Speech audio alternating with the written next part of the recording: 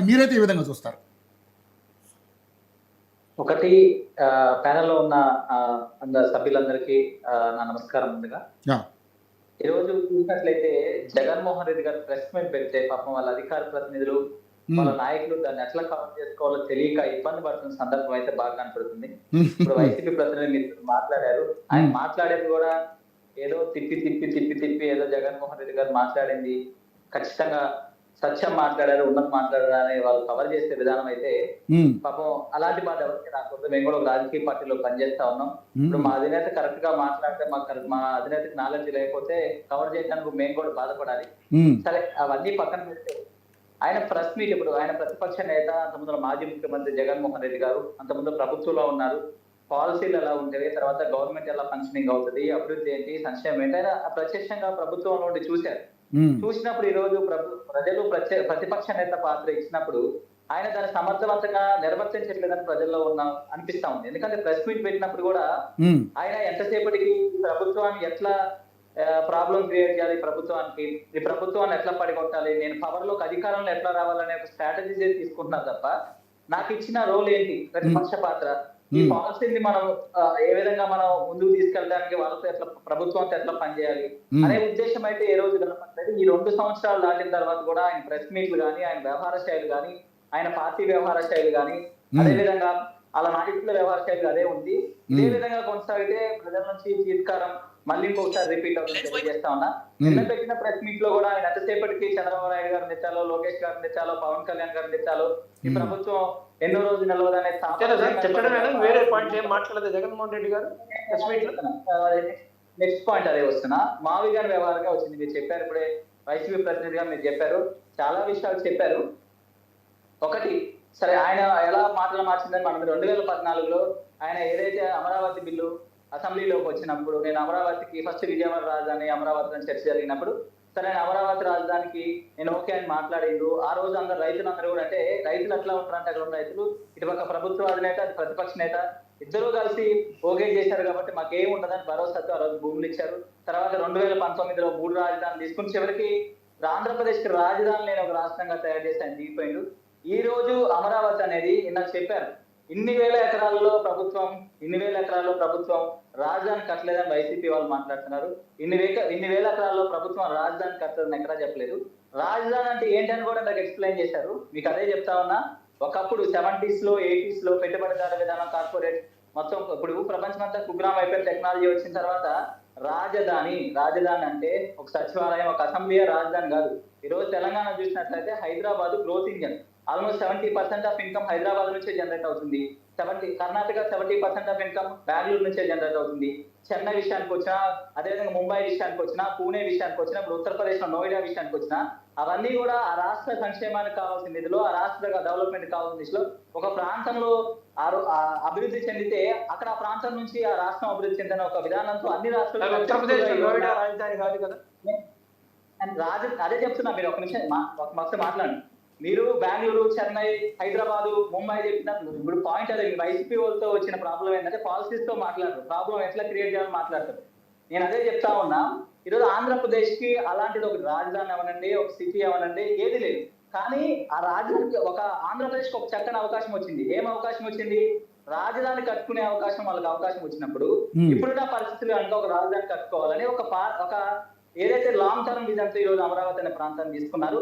మీరు ఈ 5 సంవత్సరాలు ఏదైతే జగన్మోహన్ రెడ్డి పరిపాలించే 5 సంవత్సరాలు వదిలేస్తే అమరావతి ఒక చక్కని రాజధానిగా తీర్చిదిద్దుతుంది. మీకు ఒకటి తెలుసుకోవాల్సిన విషయం ఉంది. ప్రభుత్వం రాజధాని కట్టలేదు అంటే ఖచ్చితంగా నేను చెప్తా చంద్రబాబు నాయుడు గారు తెలుసు ప్రభుత్వం రాజధాని కట్టలేదు. అందరికీ తెలిసిన విషయం. కానీ ఈ రోజు అమరావతిని వదిలేస్తే ఈ రోజు కంపెనీలకి భూములు ఇవ్వడానికి కర్ణాటక రాష్ట్రం ముందుకొచ్చి పోటాపోటీగా తిరుగుతా ఉంది. తెలంగాణ రాష్ట్రం వెళ్తుంది. ఎన్ని రాష్ట్రాలు ఉంటే అన్ని రాష్ట్రాలు మొత్తం భూములు ఇచ్చి మేము కంపెనీలు రమ్మని అడుగుతా ఉన్నాం. ఈ రోజు ఆంధ్రప్రదేశ్ అమరావతిలో చేసేదేంటి ప్రభుత్వం? మా దగ్గరకు రండి. మేము ఇక్కడ పెట్టుకుంటాం అంటే ప్రైవేట్ అండ్ పబ్లిక్ పార్ట్నర్‌షిప్ లో ఈ దేశంలో ప్రాజెక్టులు నడుస్తున్నప్పుడు అమరావతిలో ఎందుకు నడవకూడదు? 54,000 ఎకరాల్లో ప్రతి ఒక్క గజంలో నేనే ఇల్లు కడతా, నేనే ప్లాట్లు చేస్తా, నేనే బిల్డింగ్‌లు కడతా అని ఎక్కడ చెప్పలేదు. ఈ రోజు హ్మ్. ఎస్ఆర్ఎం యూనివర్సిటీ వచ్చినప్పుడు చాలా విశ్వవిద్యాలయాలు వచ్చినాయి అక్కడికి. రేపొద్దున చాలా కంపెనీలు రాబోతున్నాయి.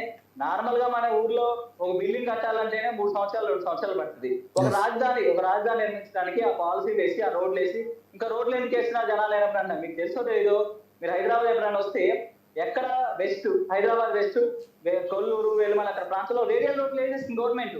ఎందుకు రేడియల్ అక్కడ ఇంకా ఎవరు మూవ్ అవ్వలేదు, జనాభా రాలేదు, కంపెనీ ఎందుకు రేడియల్ రోడ్ చేశారంటే ఇన్ఫ్రాస్ట్రక్చర్ డెవలప్ అయితే కంపెనీలు వస్తాయి, జనాలు వస్తాయి, రియల్ ఎస్టేట్ ఇంక్రీజ్ అయింది, రెవెన్యూ ఇన్కమ్ ఇంక్రీజ్ అయింది, ప్రభుత్వ ఆదాయం ఇంక్రీజ్ అయింది, ఎంప్లాయ్మెంట్ వస్తుంది. హైదరాబాద్ మనం చెప్తున్నారు ఫ్యూచర్ సిటీ అని చెప్తున్నారు రేవంత్ రెడ్డి గారు, ఫ్యూచర్ సిటీ అని చెప్పి ఎక్కడో రోడ్లు వేస్తాం రేడియో రోడ్ అని చెప్తున్నారు. అమరావతిలో రోడ్లు వేస్తాం మీకు ఇబ్బంది ఏంటి? మాదిగన్ అనే కాన్సెప్ట్ తెచ్చారు. మాదిగన్ డిఫరెన్స్, అవును చంద్రబాబు నాయుడు గారు చెప్పినట్టు మాదిగన్కి అమరావతికి డిఫరెన్స్ ఏంటి? మీరు గుంటూరు, విజయవాడ, మచిలీపట్నం మాదిగన్ అన్నారు. ఈ రోజు అమరావతి అంటే ఏంటి? గుంటూరు, విజయవాడకి మధ్యలో ఉన్న ప్రాంతమే అమరావతి. ఆబ్వియస్లీ అమరావతి డెవలప్ అయితే ఈ రోజు హైదరాబాద్ సంగారెడ్డి దగ్గరికి వెళ్ళింది, చూస్తే భువనగిరి దగ్గరికి వెళ్ళింది. అమరావతి డెవలప్ అయినప్పుడు గుంటూరు ఆల్రెడీ గుంటూరు టచ్ చేయండి, అమరావతి విజయవాడ టచ్ ఆ రెండు కూడా జంట నగరాలుగా వెలుగొందే అవకాశం ఉంది. రెండు నగరాలు కూడా బాగా డెవలప్ అయ్యే అవకాశం ఉంది. మచిలీపట్నం విషయంలో కూడా అక్కడ నుంచి రోడ్ వేస్తున్నారు. ఏదైతే హైదరాబాద్ అంటే తెలంగాణ నుంచి అమరావతికి, అమరావతి నుంచి మచిలీపట్నంకి, అంటే అమరావతి నుంచి మచిలీపట్నంకి 20 minutes to half an hour లో వెళ్లే విధంగా పోర్టుకి రోడ్ వేస్తున్నారు. సో ఇవన్నీ అంటే అక్కడ పోర్టు కాబట్టి అక్కడ బిజినెస్ డెవలప్మెంట్ కి అవకాశం ఉంది కాబట్టి అక్కడ బిజినెస్ సెంటర్ గా పెట్టారు. ఇక్కడ చూసినట్లయితే అమరావతి డెవలప్ అయితే గుంటూరు, విజయవాడ, మచిలీపట్నం ఆటోమేటిక్ గా డెవలప్ అయితే ఇవన్నీ ప్రజలకు తెలుసు. అదే విధంగా ఎవరైతే డెవలప్ చేస్తున్నారు ప్రభుత్వానికి, పవన్ కళ్యాణ్ గారికి, చంద్రబాబు నాయుడు గారికి, కూటమి ప్రభుత్వం తెలుసు.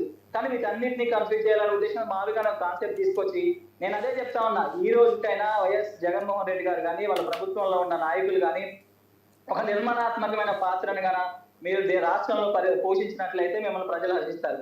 ప్రతిసారి మీరు ఎడ్డమంటే తడ్డమన్నట్టు ఏది మాట్లాడాలని దాని వ్యతిరేకంగా మాట్లాడాలి, ప్రాబ్లం క్రియేట్ చేయాలనే పద్ధతి పెట్టుకుంటే మరి మిమ్మల్ని అసహించుకుంటున్నారు ప్రజలు. మాదిగా అనే కాన్సెప్ట్ చేసినప్పుడు ఎన్ని రోజులు వచ్చినాయి, ఎన్ని విధాలు వచ్చినాయి, ఇంకా మీరు అదే కాన్సెప్ట్ ని పట్టుకుని వేలాడితే ఇంకేం చెప్పాలి? మీకు సపోర్ట్ చేసే నాయకులు ఆల్రెడీ మాదిగా కాన్సెప్ట్ ఏంటి? అమరావతి మీరు ఒకసారి హైదరాబాద్ లో హయత్ నగర్ నుంచి అదే పక్కతో ఉన్న డిహెచ్ఎల్ దూరం ఎంత మీకు తెలుసా? మరి గుంటూరుకి విజయవాడకి ఎంత దూరం ఉంది? దాని మధ్యలో ఉన్న అమరావతి ఎంత దూరం ఉంది? కాన్సెప్ట్ ఏంటి? ఏం మాట్లాడతారు?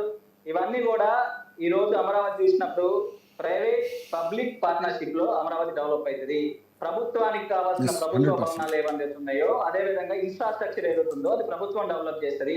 అదే విధంగా మిగతా కొన్ని ప్రాజెక్టులు ప్రైవేట్ పబ్లిక్ పార్ట్నర్షిప్ లో డెవలప్ అయితే మిగతా ఏదైతే అన్ని రాష్ట్రాలు ఏ విధంగా అయితే లాస్ట్ టర్మ్ లో జగన్మోహన్ రెడ్డి గారు ఏ విధంగా అయితే కొన్ని చాలా కంపెనీలు భూములు ఇచ్చారు కదా జగన్మోహన్ రెడ్డి గారు కూడా అదే విధంగా వేరే రాష్ట్రాలు ఇస్తున్న అదే విధంగా కొన్ని భూముల్ని రేపొద్దున ఎంప్లాయ్మెంట్ క్రియేట్ అవడానికి అమరావతి ఇస్తారు. అట్లా సర్టైన్ కండిషన్స్ లో కొన్ని ఇప్పుడు విధానాలు ద్వారా అమరావతి డెవలప్ అవుతున్నప్పుడు మీరు అదే తిప్పి అమరావతి రైతుల విషయానికి వచ్చారు.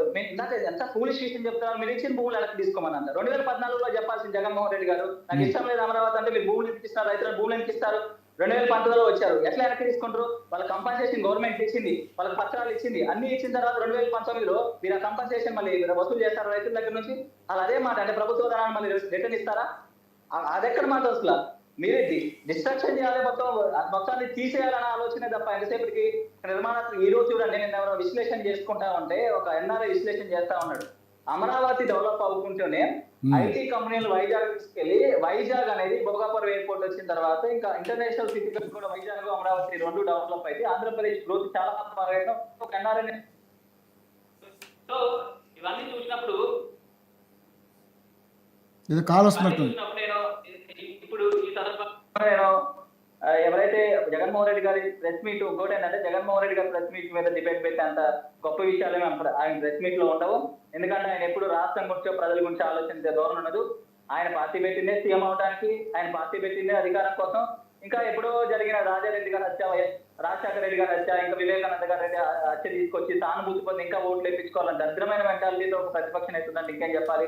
వైఎస్ వివేకానంద గారి హత్యలో ఏం జరిగిందో ప్రజలందరికీ తెలుసు. రాజారెడ్డి గారు ఎటువంటి మనస్తత్వం ఉన్న వ్యక్తితో తెలుసు. ఆయన ప్యాషన్ ఆ ప్రాంతంలో ఆయన ఎటువంటి దారుణాలు చేసిన విషయం తెలుసు. ఇవన్నీ తెలిసినప్పుడు రాజారెడ్డి ఏమన్నా మహాత్మా గాంధీనా, లేకపోతే రాజారెడ్డి ఏమన్నా సుభాష్ చంద్రబోసా, లేకపోతే రాజారెడ్డి భగత్ సింగ్? నాకు అర్థం కాదు. మేమేమీ చేయలేదంటే నేను ఎవరైతే నిందితుల్లో ప్రధాన నిందితులు నేను వచ్చి ఇంటర్వ్యూ ఇచ్చుకుంటూ మమ్మల్ని ఇట్లా నాశనం చేసిందని చెప్పారు. రాయలసీమ ఆ విధమైన 4 జిల్లాలు రాయలసీమ అంత వెనకబడి ఉండటానికి కారణమే మీ కుటుంబము.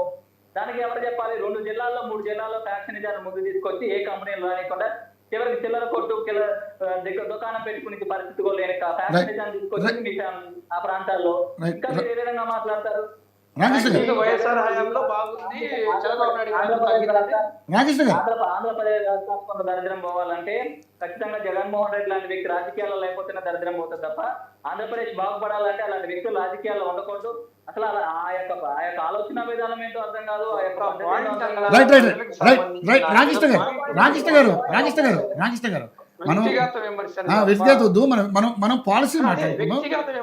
వ్యక్తిగత విమర్శలు వద్దు రామకృష్ణ గారు. ఎందుకంటే జగన్మోహన్ రెడ్డి గారు కాదు రామకృష్ణ గారు జగన్మోహన్ రెడ్డి కాదు రామకృష్ణ గారు ఒక్క మాట. రామకృష్ణ గారు ప్లీజ్, జగన్మోహన్ రెడ్డి గారు మీరు నేను కాదు, ప్రజలు యాక్సెప్ట్ చేస్తే, మీరు దరిద్రం అన్నా ఏమన్నా జనం యాక్సెప్ట్ చేస్తే ఆయన అధికారంకి వచ్చి తీరుతారు. యాక్సెప్ట్ చేయకపోతే శుభ్రంగా ఆయన ప్రతిపక్ష పాత్ర పోషించుకుంటారు. దాన్ని మనం పర్సనల్గా మనం అనవద్దు. ఎందుకు ఒకరితో మనకు పర్సనల్, మనం పాలసీని మాట్లాడండి, విధానపరంగా మాట్లాడండి.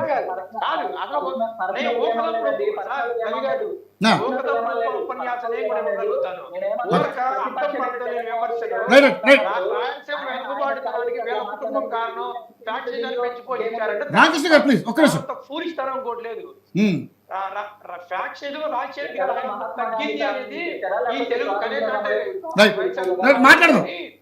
రాజశేఖర రెడ్డి గారు హయాం వచ్చాక ఈ రాష్ట్రంలో నక్సలిజం ఫ్యాక్షన్ రెండు తగ్గి అనేది అది జగమెరిగిన సత్యం. ఆయనకి ఫ్యాక్షన్ వాళ్ళ కుటుంబం రాయలసీమ వెనుకబాటుతనానికి రాజశేఖర రెడ్డి గారి కుటుంబమే కారణం అని అంటే, చంద్రబాబు నాయుడు గారు అంతకుముందు 9 సంవత్సరాలు అధికారంలో ఉండి ఈ మాట ఈయన ఒక కూటమిలో ఒక పార్టీకి ప్రతినిధిగా ఉండి మాట్లాడుతుంటే దానంత దౌర్భాగ్యం ఇంకోటి లేదు. చంద్రబాబు నాయుడు గారి అలిపిరి సంఘటనకి కాంగ్రెస్ ఎవరైతే మీరు అన్నారు చూసారు, ఇప్పుడు రాజశేఖర రెడ్డి గారు బ్యాక్గ్రౌండ్, గంగిరెడ్డి గారి బ్యాక్గ్రౌండ్ లేరంటారా? అప్పుడు కారణాలు ఏమన్నా కానీ అలిపిరి సంఘటన ఎవరు బ్యాక్ ఇవన్నీ కూడా చరిత్ర ఉంది. పోలీస్ స్టేషన్ పేల్చివేతకి ఎన్ని చెప్పుకుంటే చాలా వస్తాయి చెప్పుకుంటే చాలా వస్తాయి. పరిటాల రవి గారి హత్య కేసుకి మీకు సంబంధం లేదంటారా? ఎన్ని తీసుకుంటే చాలా వస్తాయి సార్. అవన్నీ మాట్లాడుతూ మనం అవన్నీ అయిపోయినాయి. ఆ గత చరిత్ర ఇంకా ఉంది, ఇంకా ఆ రక్త పచ్చిగా ఆరలేదు. మాట్లాడదు దాని గురించి కూడా. ప్లీజ్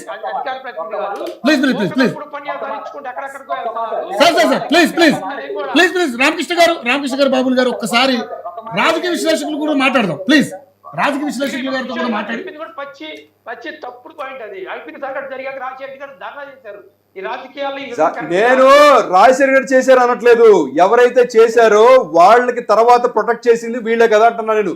పరిటాల రవి గారిని హత్య చేసిన తర్వాత ఎవరైతే మొద్దుసీరు ఉన్నాడో లేకపోతే మధ్యదేశ సూర్య ఉన్నాడో వాళ్ళకి సపోర్ట్ ఇచ్చిందే వైఎస్ఆర్ ప్రభుత్వం కాదా అని అడుగుతున్నా నేను. ఆయన చేశారని చెప్పట్లా, విధానం వేరు. బాబుల్ గారు ప్లీజ్ ఒక్క నిమిషం. ఒక్క 10 నిమిషాలు. కాంగ్రెస్ బ్యాక్గ్రౌండ్ కదా సార్ మొద్దుసీరు గారిని ఎవరు సార్ ప్రొటెక్ట్ చేసింది? తర్వాత మధ్యచేరి సూర్యుని సార్ ఎవరు సార్ ప్రొటెక్ట్ చేసింది? పరిటాల రావు చనిపోయిన వీళ్ళు కదా, చంపేవారు సార్. సబ్జెక్ట్ కాదు. రామకృష్ణ ప్లీజ్ ఒక్క నిమిషం. రాజకీయ విశ్లేషకులతో మాట్లాడిన తర్వాత మనం మాట్లాడాం. రామకృష్ణ గారు ప్లీజ్ ఒక్క 10 నిమిషాలు. మన శ్యామ్ గారు సార్, ఇప్పుడు అంటే ఏపీ ఒక రాజకీయ విశ్లేషకుడిగా అంటే పరిపాలన విషయంలో అంటే గత ప్రభుత్వం చేసిన తప్పులు కానీ లేకపోతే గత ప్రభుత్వం చేసిన ఒప్పులు కానీ ఈ ప్రభుత్వం వచ్చిన తర్వాత ఈ ప్రభుత్వం చేస్తున్నటువంటి పరిపాలన విధానం కానీ బేరీజ్ చేస్తే ఒక సీనియర్ రాజకీయ విశ్లేషకుడుగా ఏంటి అంటే నిన్న జగన్